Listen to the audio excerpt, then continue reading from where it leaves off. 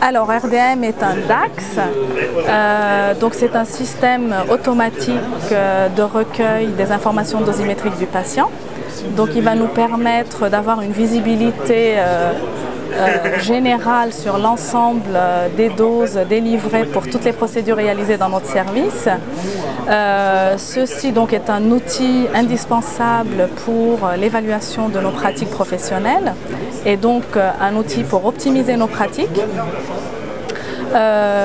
Il a aussi un système pour générer des alertes si jamais on dépasse des seuils qu'on a fixés par rapport au niveau de référence diagnostique national ou par rapport à des niveaux de référence qu'on a définis pour nos examens en local.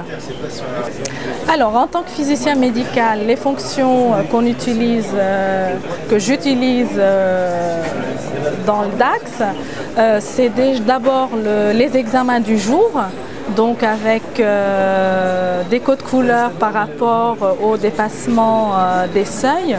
Donc vert si jamais l'examen ne dépasse pas, orange si on dépasse le premier seuil d'alerte et du rouge si on dépasse le deuxième seuil d'alerte. Donc ça permet d'identifier les patients qui ont reçu des doses élevées et donc d'échanger avec le radiologue et puis les opérateurs pour essayer de voir les justifications de ce dépassement. Donc ça c'était pour les examens du jour. Une autre fonction c'est les outils d'analyse statistique justement pour voir les évolutions dosimétriques, donc examen par examen. Et ça c'est très utile notamment en pédiatrie, donc avec des filtres en fonction des tranches d'âge ou des tranches de poids et pour des examens bien définis.